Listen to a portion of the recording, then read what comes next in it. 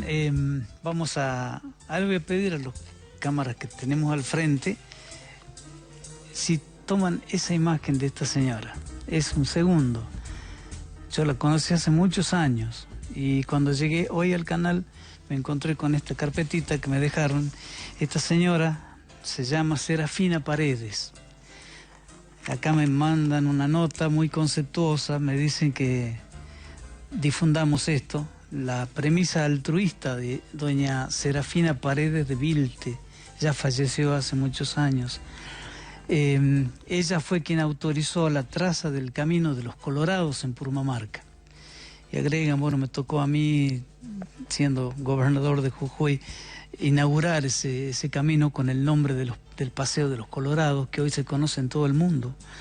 Pero esta señora, Serafina Paredes, y sus hijos tenían en ese momento la voluntad de mostrar al mundo precisamente las bellezas de su tierra, de Purmamarca. Y ahora el proyecto que me motiva a mostrarles esto es que la Comisión Municipal va a recibir el proyecto para declararla ciudadana ilustre del pueblo de Purmamarca, post-mortem por supuesto, y nosotros vamos a acompañar este proyecto con todo cariño, porque entendemos que es un acto de justicia con doña Serafina. Ahora te quiero contar una historia que viene del norte también, para cerrar esto. El otro día te contaba una historia que había empezado en Timón Cruz, en plena Puna, Santa Catalina. Y esta vez es una historia que tiene muchos años, porque los duendes no cumplen años, sino simplemente siguen estando. Esta es la historia de Remigio. Remigio era chofer de la ambulancia del Hospital de La Quiaca, en esta época que te cuento. Resulta que esa tarde, una tarde bien tarde, el director del hospital lo llama y le dice que prepare la ambulancia, que tenía que venir a San Salvador de Jujuy rápido, porque había que traer un paciente para una cirugía complicada. No hacía falta mucho. Remigio era de esos choferes que tenía siempre su ambulancia lista, en buenas condiciones y con el tanque siempre lleno. Así que bueno, tenía que salir. Eran casi las 9 de la noche, pero si había que ir, había que ir. Subieron al paciente con un enfermero en la parte de atrás. Al lado de Remigio se sentó un pariente del enfermo y partieron. En aquellos tiempos que te cuento, venir de La Quiaca a Jujuy era una aventura, porque era la ruta 9 de tierra y recién el pavimento empezaba llegando a Humahuaca. Sí, era toda una aventura andar por la Puna. Pero además había otro problema. Había que cruzar la cuesta de Azul Pampa. La cuesta de Azul Pampa era un camino de alta montaña, de altísima montaña, muy angosto, lleno de curvas y contracurvas peligrosísimas. Y además lleno de caídas, de precipicios, donde muchas cruces iban delatando los accidentes fatales que habían ocurrido, y cuando uno andaba por ese camino podía mirar en el fondo de los precipicios colectivos, autos, camiones y camionetas que se habían desbarrancado en una mala maniobra. Pero Remigio era canchero, conocía el camino mejor que nadie, todas las curvas, las subidas y las bajadas. Entonces se largó nomás para esta ciudad, para esta capital. Él sabía que tenía que llegar rápido. La vieja ambulancia, una vieja Ford y Garreta, de aquellas que tenían en ese entonces los hospitales, se metió en el mal tiempo, porque llegando a Azul Pampa estaba la lluvia y la niebla. Así venían andando, cuidándose de un costado y del otro. Fue cuando salía precisamente de una de las curvas más cerradas, cuando al frente, a lo lejos, en la ladera de la montaña, alcanzó a ver un incendio. Remigio dijo: qué raro un incendio con esta lluvia, pero se ve un incendio. Se veían llamaradas altas y delante de las llamaradas una silueta de una persona, un hombre, como si saltara o caminara o bailase delante del fuego. Y le comentó a su acompañante, le dijo: qué extraño esto, tan altas llamaradas, y se ve a alguien ahí. Tuvieron que llegar a otra curva y perdieron de vista ese incendio. Así fue la ambulancia girando entre curvas y contracurvas, y al salir de una de las más cerradas, de pronto se encontraron con que tenían el incendio al frente y había caído por delante de donde estaba la camioneta un desmoronamiento brutal.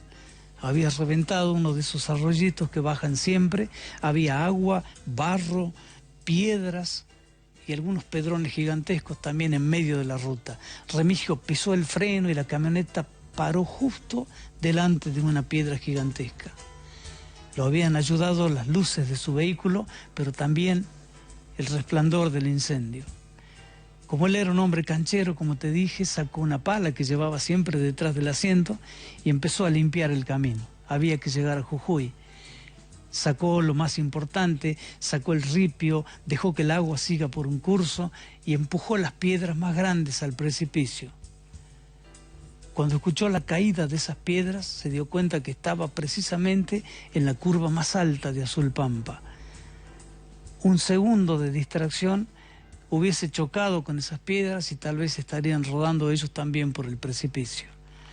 Lo habían ayudado, como te digo, esos faros y el incendio que todavía se veía al frente.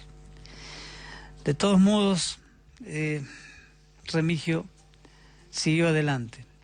Despejado el camino, la ambulancia atravesó el barro que había, saltando, patinando, salieron. Ya un poco más abajo, llegando a Humahuaca, vieron el asfalto.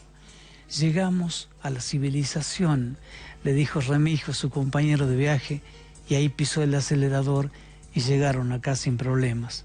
Finalmente internaron al paciente. Remigio y el enfermero, ya a la entrada a la madrugada, dormitaron un rato en la cabina de la ambulancia y cuando salió el sol tomaron un café y emprendieron el regreso a La Quiaca. Cuando llegaron a la parte más alta de Azul Pampa, se bajaron donde estaban todavía los vestigios del desmoronamiento de la noche anterior. Había barro, piedras, miraron hacia abajo, los grandes pedrones todavía estaban ahí. Remigio pensó qué podría haber pasado, pero buscaron además los restos del incendio. No había nada, ni pastos quemados, ni cenizas, no había nada.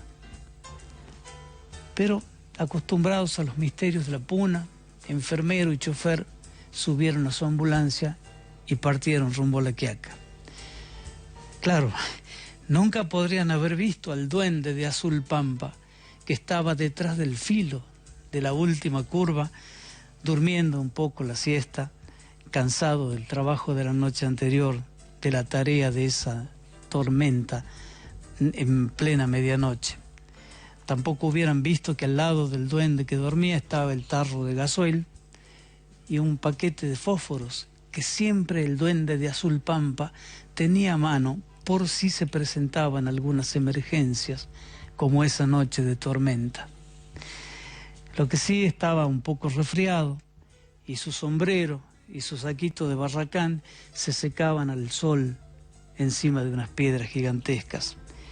Porque como ocurría siempre en la zona de Azul Pampa, al día siguiente de la tormenta, el sol salía con todas sus fuerzas para restablecer la calma en la comarca y restituir el brillo al paisaje de Azul Pampa.